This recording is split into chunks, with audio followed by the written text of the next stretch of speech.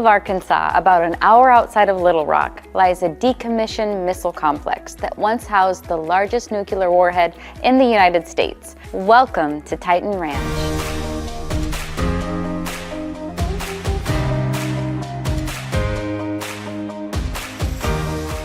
Hi, GT! Very nice to meet you finally. Oh my gosh, thank you so much for having me. This place is incredible. Thank you. Oh my gosh, it's amazing. Thanks. So tell me a little bit about Titan Ranch. So Titan Ranch is a former nuclear missile complex, one of 54 in the United States, the largest the US has ever had. And they were decommissioned in the mid-'80s, and I bought it 12 years ago with the intention of turning it into a house. Wow, what would possess you to do such a thing? Are you a therapist by chance? No, I'm not. Okay, well you may be able to answer that better than I could. I tell people I'm 20% prepper, 30%. It's just modern archaeology, because this place was completely buried. I had to dig it up. And the other 50%, this place is just awesome. It's an incredible facility and a piece of history. So I wanted to open it up. Well, I would love to take a tour. Can you show me around? Absolutely. After you're going to start on this way.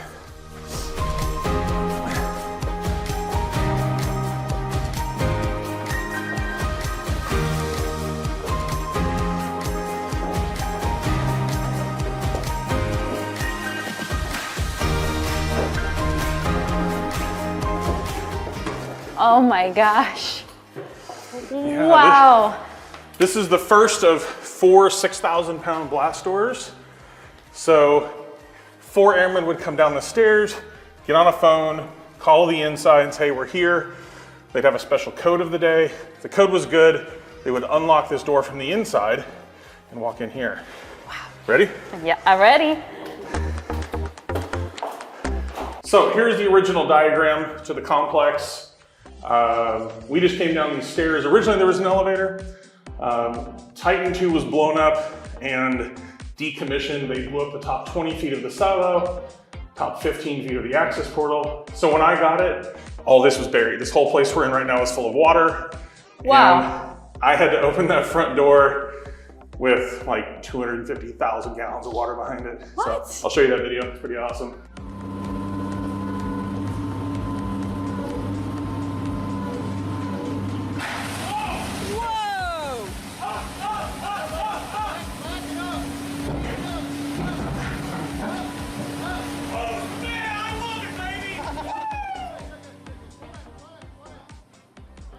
Yeah, so we're standing right here. Once those airmen came in, they would close the door behind them. They would get locked in here. So this is called an entrapment area. Oh. So they would do that. So if there was nuclear war, there was always one door protecting the facility. Sure. Or if there were people who wanted to get in, they could just run in. There's always a door locked. So they'd close and lock that behind them, get on the phone again, and then this door would be unlocked from the inside. So where that would put us in here, junction room to go to the missile or to the launch control center. Launch control center, 3 stories underground. We're gonna come in on level 2, which is about 35 feet underground. Okay. Level 1 above that, that was crew quarters, bed, bath, and kitchen. It's the only place that they were allowed to be alone. So why do you think that was the only place they could be alone? They had to have 2 people anywhere else in the facility. What if one of them went rogue? Oh. The men and women were so smart, they could actually hotwire the missile. So they were never left alone unless they were just up here sleeping or cooking meals or whatever it may be. They were here for 24 hours at a time, so they had to do all of that normal household stuff while they were here. Wow. Level 2, this is where they would launch the missile from. So lots of equipment. What your phone can do today took a whole floor of equipment back then, and had 2 places to turn keys.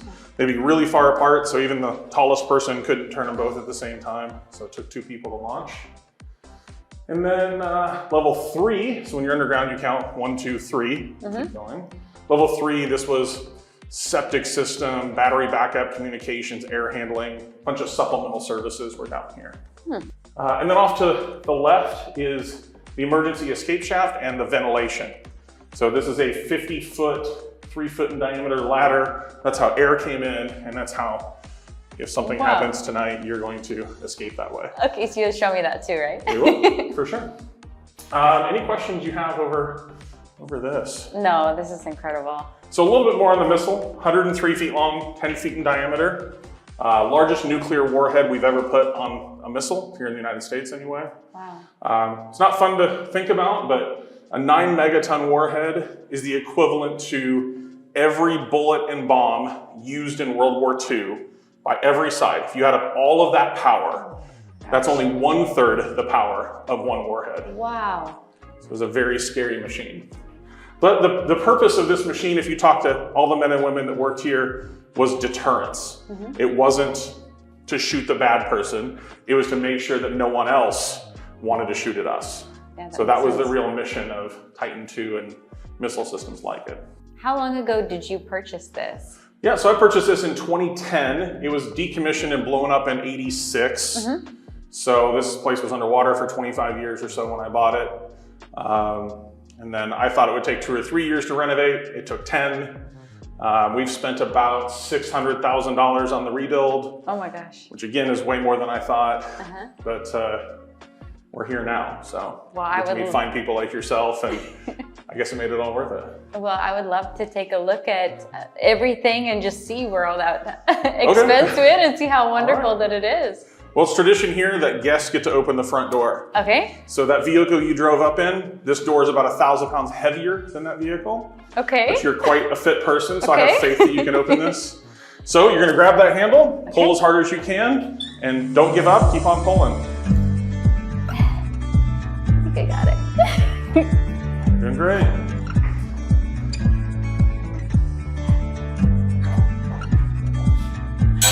Nice job, perfect. So you're staying here tonight. This is your front door. So treat this as your front door. You're gonna open and close it. Okay, so I gotta get used to that. You will. So in here, so I normally don't show this to people, but I wanna show you what it used to look like. Okay. So this is kind of a raw area that guests usually don't get to see here. But putting this up.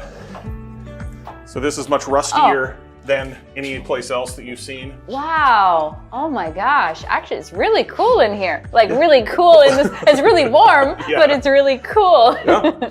So this cableway, it's called a cableway because all these cables that you see up here would actually go down here. So there was a big racking system, all on springs, that would haul all the communication and power back and forth between the two. Really?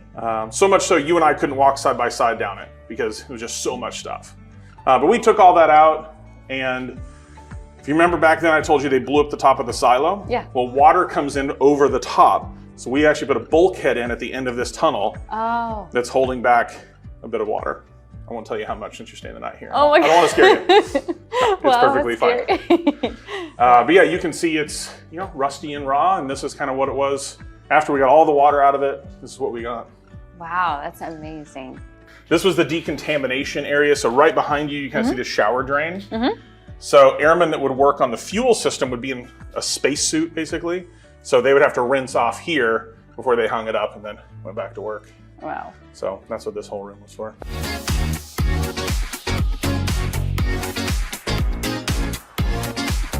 Don't go anywhere. When we come back, more with Hotel Incredible. You won't want to miss it.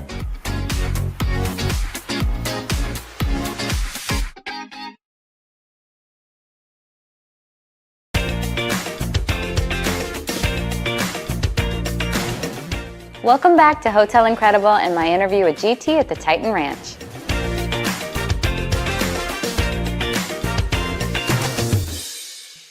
All right, we're gonna head to the launch control center from here. Oh my gosh.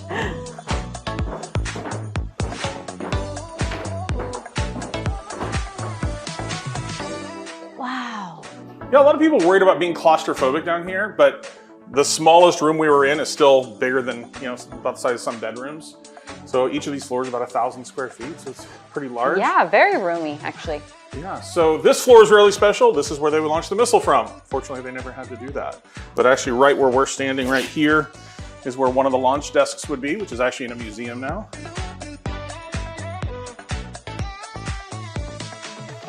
What's special about this room? The springs. So all 3 of these floors are connected together into something nicknamed the bird cage. Okay. So for those of you that remember Tweety Bird, hanging in a bird cage in a ceiling, we're doing the same thing. So all of these floors that we're on are not connected to the walls and not held up from underneath. So we're hanging on these 8 springs. Wow, okay. When we had this salvaged out, so there's a lot of stuff in here we didn't need, all 3 of these floors rose up 14 inches. Wow. So how does that actually work? Can you show me kind of the mechanics of that? Yeah, sure. So if we walk over here and peek down, you'll actually see that these floors don't touch the wall. Oh, wow, yeah. If you look up, you can kind of see the side of your master bedroom up there. That there's nothing holding you up below. Wow. And if you want to get super special with it, when we go down to level 3, I actually can get it moving a little bit. Oh my gosh, okay. We do lots of stuff here. You're staying the night, which is pretty typical, but we've had lots of cool parties down here. I was once DJing for a big college group, and they started jumping at the same time, and the whole thing was moving. Wow, is there any risk with that? I mean, will it pretty much, have you ever had any problems or Nope. nothing's ever happened? We had to design everything to be able to move. So when you think plumbing, you think electrical, even like on level 1 where the shower is, there's nothing that's ever connected to the wall and the floor at the same time. All of it is physically disconnected so they can move independently of each other.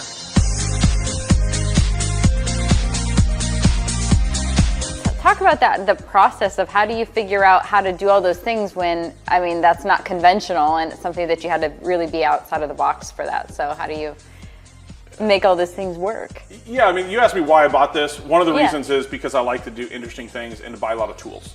So it's a good way to, it's a good excuse to buy a bunch of tools to build something. But I wanted to preserve some things about this, one of which was the ability for it to move. So we just have to keep that in mind. So you talk to experts, you know, I talk to electricians and plumbers and do a lot of searching on the internet, and we just kind of decided on how to approach it. And it's worked out well so far. Wow. And how long did this whole process take you for the whole renovations and to get it to where it's at now? That hurts. I thought it was gonna be 3 years. Okay. It took we opened this October of 2010. This place was finally a home that you could live in November of 2020. So 10 full years. Wow. And when you started this, did you expect that you were gonna have it open to the public, or were you planning to use it for just yourself? Or? Nope, this floor we're on was gonna be each a bedroom for my kids. And then I just thought I'd make a cool house. And obviously I have some eccentricities about me, and I just thought it'd be neat.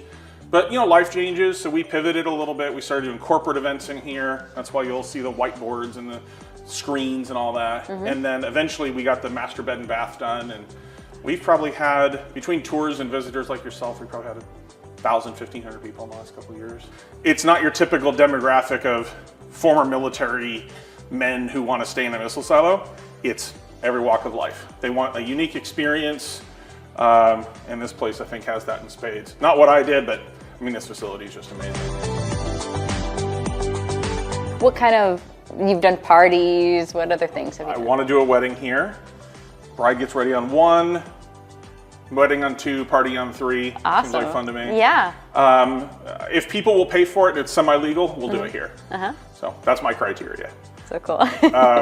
Yeah, you can't be too picky when you have a missile silo you're trying to rent out. So that's our criteria for events. But so do you have all of the kind of creature comforts that someone would expect in a hotel or an Airbnb, like coffees and, you know, what kind of things do you offer here for your amenities? I think I have all that. You're the expert, so I'm going to take you around and let you tell me if we have everything we need. All right, let's check it out. Let's head down to level 3.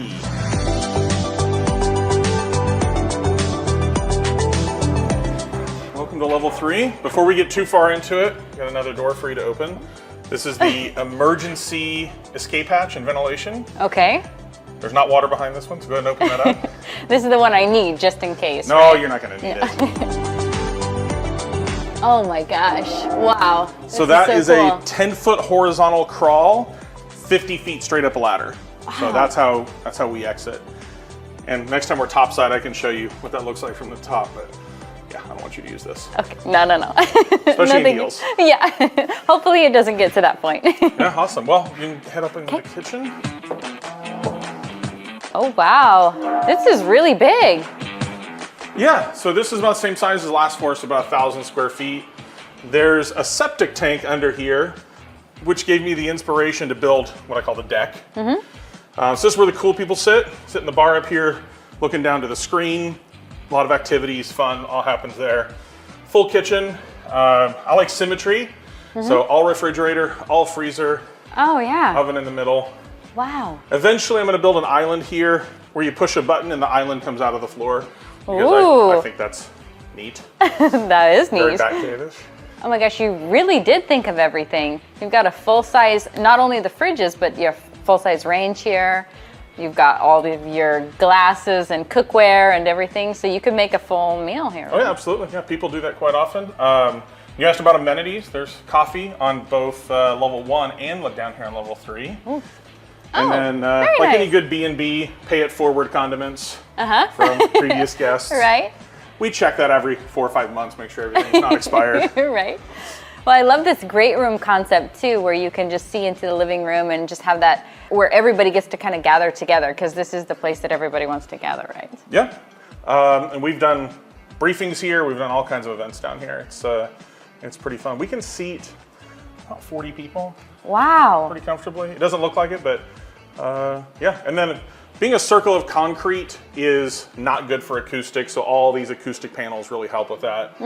I see. And then people like to watch movies, so sound system is more designed for a club. So this turns into a full rave club down here Really? with a couple switches, and I'm a nerd for music like that, unfortunately.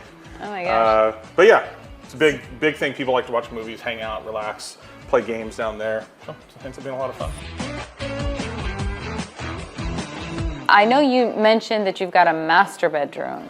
too, Correct. right? You ready for more stairs? I am totally ready for more All right, stairs. got 2 flights up from Okay. here to the master, and after you.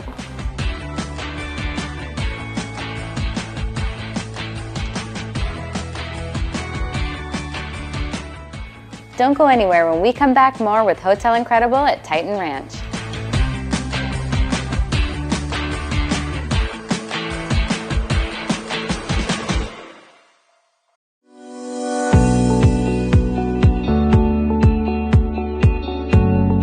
Welcome back to Titan Ranch and my tour with GT.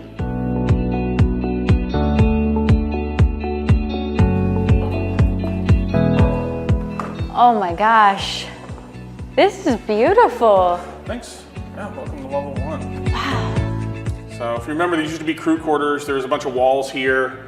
You can actually even kind of see where the walls were from these bolt holes. But we opened it up. Good side is lots of room. Downside, the acoustics in here are crazy. How do you mean, what acoustics? You're not really hearing it here, but if you come over here and stand right in the very middle, Okay. now no one else is going to hear what you hear, but if you Okay. start talking, there's about a Hello? 6-inch Hello? spot right in there. That is all the Oh sound my comes right back gosh. in your own ears. Wow, yeah. Oh my gosh, that's crazy. All right, you're going to drive people crazy, so you gotta come over here. So just a quick tour around. Coffee maker, mini fridge, and the bed. The bed's kind of cool in the sense that it has no legs. What? How? What do you So mean? I don't like stubbing my toes. Because we're built of 6 feet of concrete, I thought it would be cool to design a bed that was bolted to the wall and has no legs. So it's cantilevered off there. I've done the flying Superman on it. It'll hold you just fine. But yeah, it's kind of nice. Oh my gosh, how did you figure that out? I don't know. Just basically That's you just incredible. you build it and jump up and down and see if it breaks, and if it doesn't, you'll be fine. Wow. Yeah, and then just we work our way around the room. All the lights are controlled on those tablets. Restroom is behind us, and then vanity right here. Also some kind of, I think it's interesting. I don't like the look of plumbing underneath, so all of it's integrated into the concrete countertop. It looks so sleek. I love that look. Thanks. And then tub, feel free to take a soak. Ooh. And then big shower. The concept here is obviously more for couples that want to hang out. But as a good example of the construction, this part that you're touching right now is bolted to the floor. This is bolted to the wall. And when this floor moves, it actually moves underneath of this. So this is just floating above it because you can't have anything that touches both at the same time. Wow. Yeah, if you want to turn all of them on at once, you can. It's car wash mode. Just run around. If you splash around, that's okay. This whole place was underwater for 25 years. This flooring is designed to get wet. So don't worry about cleaning it up. That's amazing. So, I mean, when you put this all together, you didn't need to go with this high end of furnishings and finishes and even all the tech that you put into this. So what compelled you to make it to this level? I mean, so exceptional. Oh, thank you. I would say that I wanted it to, again, demographically think it's like, okay, the manly man is going to be the person who wants to stay in a missile silo, but I wanted it for everybody, right? So the technical part, honestly, was an easy decision because running conduit inside of concrete and making light switches is really, really expensive. Yeah. So a $100 tablet from your favorite store, it's easy to make that control. And then up here, I wanted this to be kind of a sanctuary. So if you want to not be so missile silo-ish, it's less metal, it's more wood, it's softer, but you don't forget where you're at. When you have this dome, and you'll see it tonight, and you're laying in bed and you're looking at the dome and the fireplace and the lights are dim, it just makes a really interesting look. It's interesting to have a little bit of elegance with a missile silo. It's kind of odd. Gosh. Well, I can't wait to experience that tonight. And this place is just so unbelievable, so beautiful. I just really want to say thank you so much for having me here. It's been great having you here. You're great. Hope you have a good sleep tonight. I definitely will. And I can't wait to see all your continued success with this place. I mean, it truly is incredible. Thanks. Thank you so much. Thank you.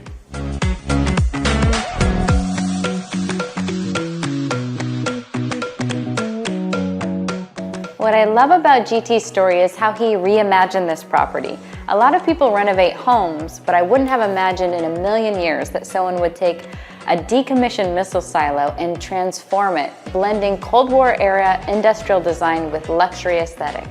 I also love how he put top-of-the-line technology in every room to ensure that guests have a once-in-a-lifetime experience. Well, that's it for this episode of Hotel Incredible. I'm Brandy Connor. See you next time.